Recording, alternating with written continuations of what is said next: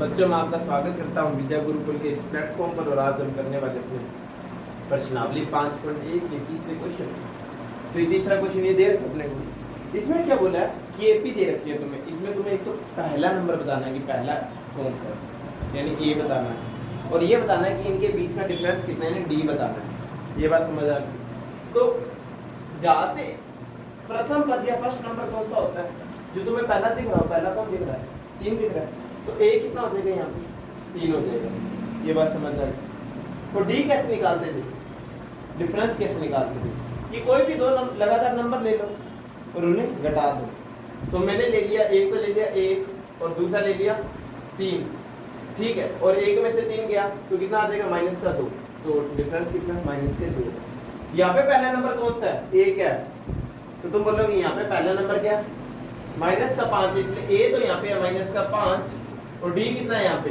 तो कोई भी दो नंबर ले लो और उन्हें घटा दो, लगातार होनी चाहिए। तो मैं -1 और मैं पहले 2 को ही लेता हूँ लगभग। तो दूसरे में से पहला माइनस करना होता है, मैंने बोला दूसरा क्या है -1 और पहला क्या है -5, और दोनों को माइनस करना है डी निकालने के लिए। तो यहाँ पे बीच में एक माइनस आएगा। अब दो निशानी एक साथ नहीं आते, इसलिए मुझे यहाँ पे ब्रैकेट लगाना पड़ेगा।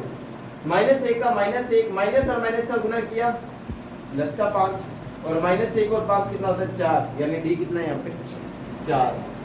फिर से करते हैं, जो पहला नंबर होता है वो ए होता है, तो 1/3 या फर्स्ट टर्म, ठीक है। और डी कितना, डी कैसे निकालते हैं कि पहले 2 ले लो या पहले ठीक है, दूसरा तीसरा ले लो पद, या तीसरे चौथे को ले लो, ये लगातार कोई भी 2 नंबर ले लो।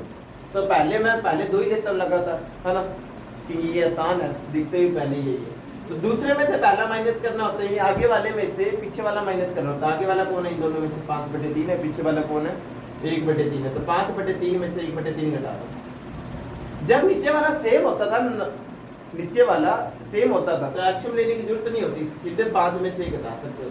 कितना आ जाएगा, 5 में से 1 गया 4 आ जाएगा। तो इनके बीच का डिफरेंस कितना है, 4/3।